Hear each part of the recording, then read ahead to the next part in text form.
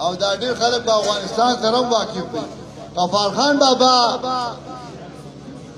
اعجاز خان په دغه کې په جلال آباد کې خاص دی.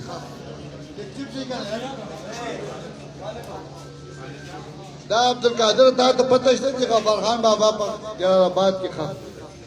یو سړی یو مشر لکه هغه بابا یمن مو موږ کوم مشر مو هغه جلال آباد کې دا هغه مدار ما کتل دا افغانستان ته ډیر دمدمال ټول خلکو سره تعلق ته ماته دا کله کله خلک وي طالبان نوم په دغه کې مال نو دا ما هغه خلکو سره تعلق دی خو هم دی نو زه چې کله افغانستان آزاد شو لاړم ما یې دا بابا قبر دی نو کمانډر او زمان نوم د کوم نه خوګیانه هغه ویره په بابا قبر لمزه بس تراله دلته خو بس شپو کا بدل بدل شهر بدل باجو کو سارا هغه سره یو پینځ پګ کمانډران را سره کله ویره دی بو دی دا